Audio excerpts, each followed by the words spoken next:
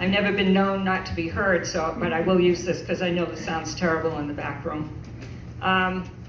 Some of you may have remembered that I gave a presentation about my vision then last November at the Doubletree, which was the first event that Save Twin Brooks put on. And at that time, the hotel was still, and the golf course was still owned by the same person, which is not true anymore.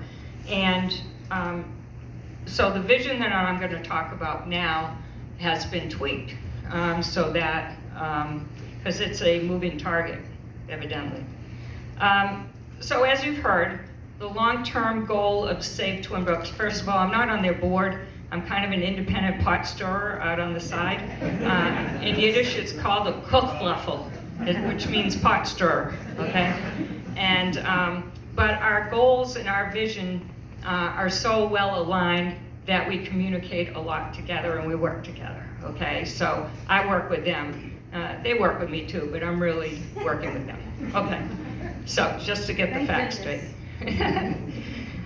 So the long-term goal of Save Twin Brooks has been and always will be the ecological restoration of Stewart's and Joshua's Creek and their companion wetlands, as you've just heard, now known to everyone as 35 Scudder. It's like code.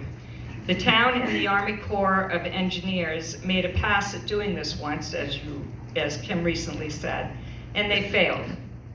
Save Twin Brooks has not given up on its mission and has ratcheted up its efforts now that any successful ecological restoration appears to be in jeopardy, as the proposed development on this property represents a substantial threat to their goal. I'm here to illuminate the importance of this property, how it functions ecologically, share my vision, and offer a possible solution. Just a suggestion. This property is much more than a golf course surrounded by creeks.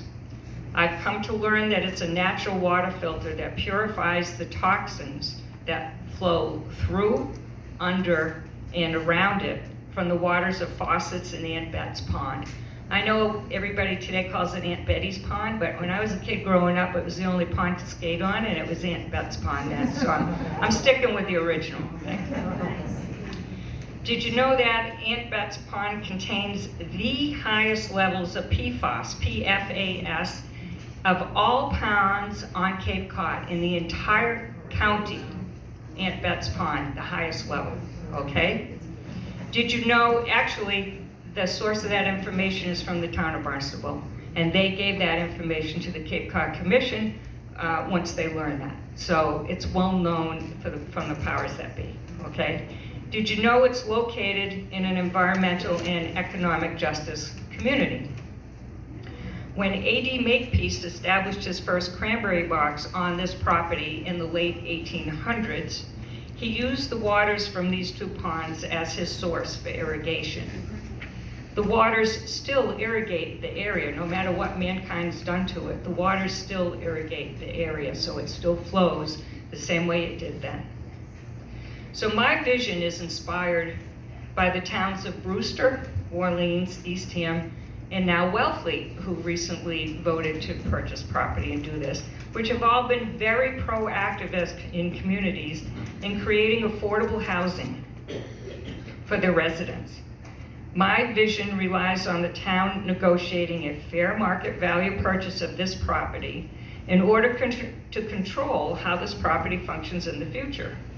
It's critical that the 600 80-plus-year-old trees remain on this property. That number I got from a public hearing at the Cape Cod Commission, where the applicant actually, their environmentalist indicated that there were 600 mature trees on this property that would be removed. So I'm assuming there might be 800 or 1,000 if they're saying there's 600. Yes. They play a vital role in helping to facilitate the filtration process. It's crucial that about half the available developable land not be covered by impervious surfaces for parking lots and building foundations, so the land can continue to function as a natural filter. When the trees are removed and about 9 acres are covered by solid surfaces, I fear the property will cease to function as a filter and wonder what happens to the toxins in the groundwater then. Do they flow directly into Hyannis Harbor and out to Nantucket Sound? Do they concentrate even more than they are now?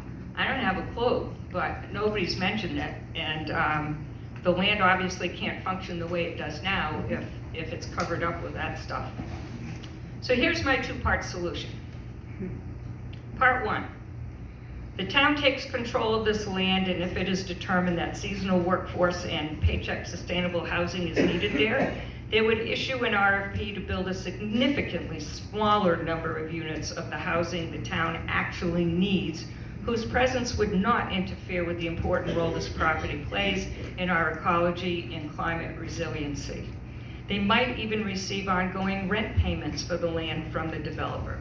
They would then sell the natural space, the remaining open land and wetlands, to an entity that would manage this undeveloped area and therefore recoup some of their investment. How will they pay for this? They can bond it and use other funds such as CPA monies and grants. This way the trees remain, the land functions as it should, and any housing placed here serves the residents who need it and is compatible not only with the environment, but also with the hotel. I mean, there's a new owner of the hotel who plans to build that back up to its glory days. God bless him for investing in that. I think that's terrific. If I were him, I'd want something compatible in my backyard. Part two, the town works to identify alternate parcels of surplus state property and underutilized commercially zoned parcels where the infrastructure for potable water, wastewater, groceries, amenities, and public transportation network exists, and there's no ecological impact. 300-something housing units could be scattered across several of these lots in Hyannis instead of jammed in adjoining the West End Rotary. I have shared my vision with both the town manager and town council leadership twice. I got crickets. I was told that the concept of the town being proactive in developing the housing we need is contrary to their philosophy. They prefer to have developers tell them what they want to build and where they want to build it. We could use your help in energizing this town to be proactive and implement the vision.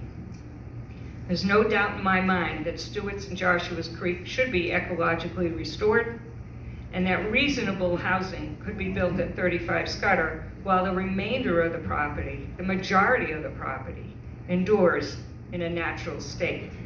It's critical that the town is proactive in implementing this vision for our future. Thank you. Yeah.